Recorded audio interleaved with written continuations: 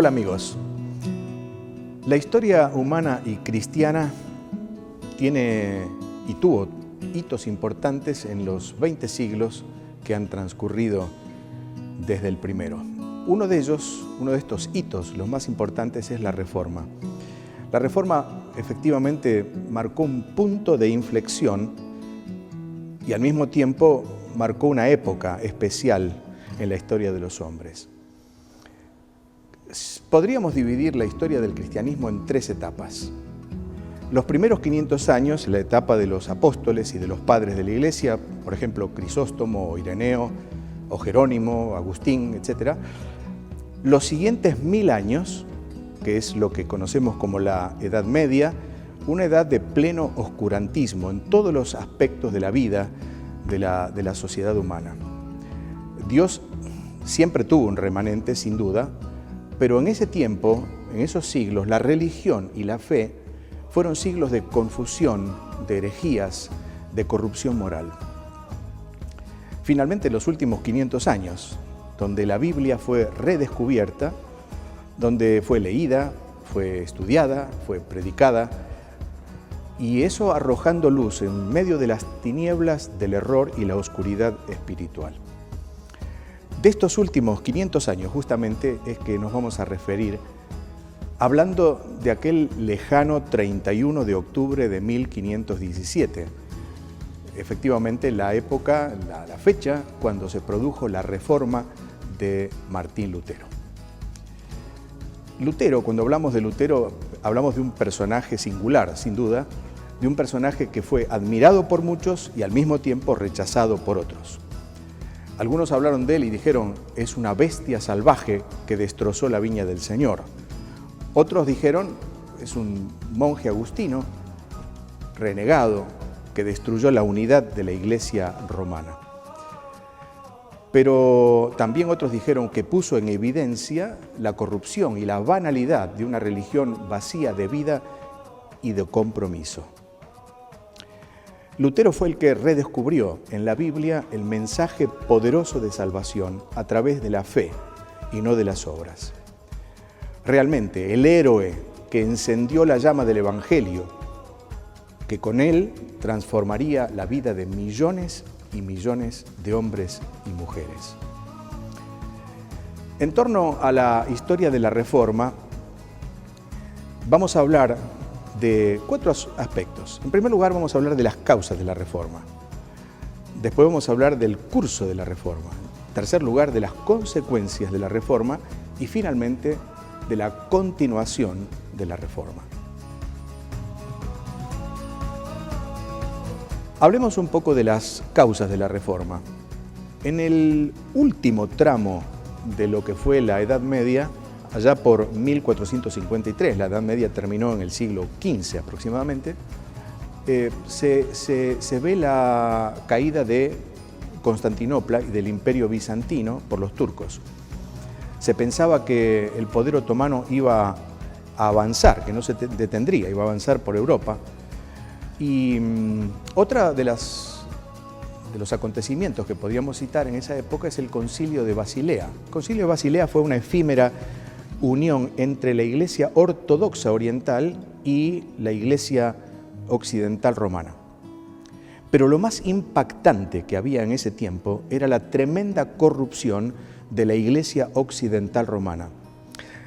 Seguramente usted habrá visto o habrá leído algo acerca de los Borgia, la familia Borgia en Italia, una familia que estaba ligada al papado, religiosa, pero llena de intrigas, de crímenes, de riquezas, de lujo, pero además de mucha perversión.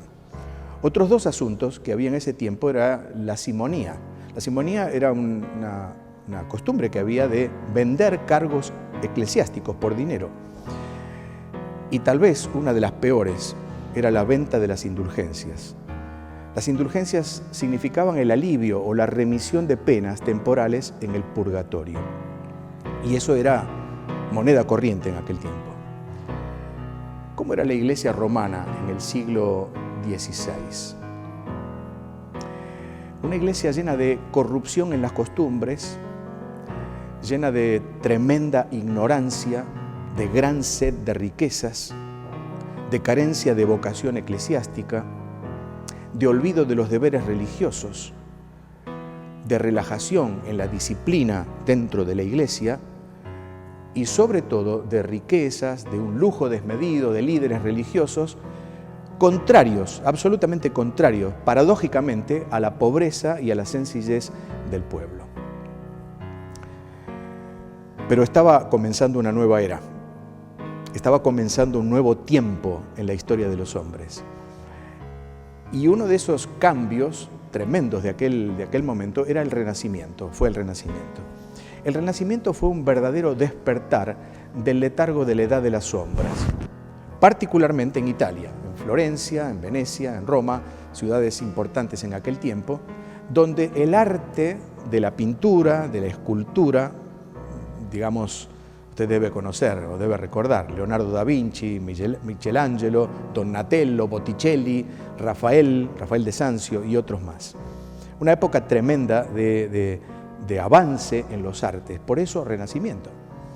Otro acontecimiento importante en aquel tiempo fue la invención de la imprenta. En todo caso, más que la invención, el perfeccionamiento de la imprenta por Juan Gutenberg, alemán, en 1434. Lo notable que en 1455 Gutenberg imprimió la Biblia en alemán. Fue el primer libro que salió de esa nueva etapa en la imprenta hecha por tipos, la tipografía. Pero fíjese que de 1457 hasta 1518 se editaron más de 400 ediciones de la Biblia. Renacimiento. Otro asunto fue el humanismo. El humanismo era un movimiento intelectual, filosófico, cultural, que nació en Europa estrechamente ligada al Renacimiento. En la Italia del siglo XV, precursores del Renacimiento, o más bien del humanismo dentro del Renacimiento, fueron escritores como Dante Alighieri, como Francesco Petrarca, como Giovanni Boccaccio y otros tantos. ¿Qué hacía el humanismo? Buscaba modelos clásicos y retomaba el humanismo greco-romano y lo actualizaba para aquel tiempo. El humanismo se refleja en las letras, en los artes, en la arquitectura, en la escultura, en la pintura, manifestaciones del arte humano. Pero especialmente, el humanismo se refleja en el pensamiento. El hombre fue el centro, o él era el centro de la existencia. El hombre soberano de su propio destino, el hombre constructor de su propia historia, el hombre, el humanismo. Otro asunto que conocemos bien es el descubrimiento de América. El descubrimiento de América también fue por esa época. España y Portugal, las grandes potencias de aquel momento, llenaron de colonias el mundo descubierto por ellos. Pero hablemos un poquito de los antecedentes de la Reforma. Y lo tenemos que hablar en la figura de hombres, de grandes hombres, que fueron los precursores de la Reforma. Uno de ellos, Juan Wycliffe, en Inglaterra, hablamos del año 1320 al 1384, un hombre que se opuso a Roma, un hombre que instó a la lectura de las Sagradas Escrituras, el primer traductor de la Biblia al inglés.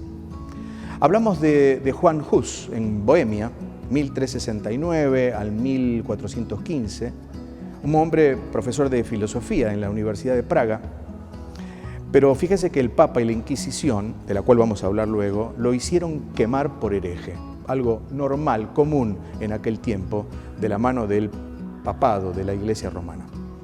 Otro fue Jerónimo de Savonarola, italiano él, 1452 a 1498, un fraile dominico convertido, gran orador, Savonarola, condenó la inmoralidad de Roma, produjo una serie de reformas morales más que espirituales, pero finalmente ahorcado y quemado.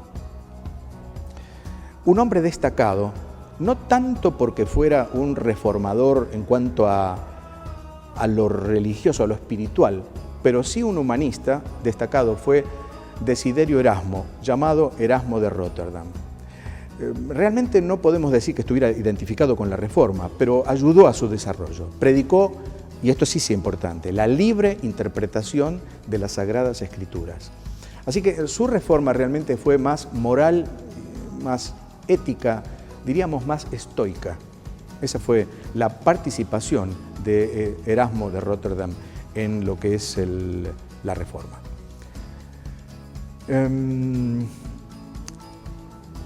Hablamos de personas, hablamos de representantes, pero déjeme hablarle un poquito de lo que fueron los principales antecedentes del tiempo de la Reforma. Hubo avances tremendos en la educación, no limitada a los religiosos, el uso del papel y la invención de la imprenta, la posibilidad de leer la Biblia en el idioma vernáculo de cada uno, importante. Así que la Reforma se estaba gestando, era una nueva era, un despertar espiritual a la luz de la Biblia, una era de salvación y de esperanza para los hombres que resultaría en la transformación de millones de hombres y mujeres saliendo de la ignorancia. Dice la Biblia, Dios que mandó que de las tinieblas resplandeciese la luz, fue el que resplandeció en nuestros corazones para la iluminación del conocimiento de la gloria de Dios en la faz de Jesucristo. Y ese es el gran mensaje de la Reforma. El gran mensaje de la Reforma es que dentro de un mundo de tinieblas, la luz de Dios, a través de las Sagradas Escrituras, la Biblia, resplandeció en muchos corazones para el conocimiento de Jesucristo como el único Salvador, de la gracia de Dios y de la fe como el único medio para alcanzar la salvación en Cristo.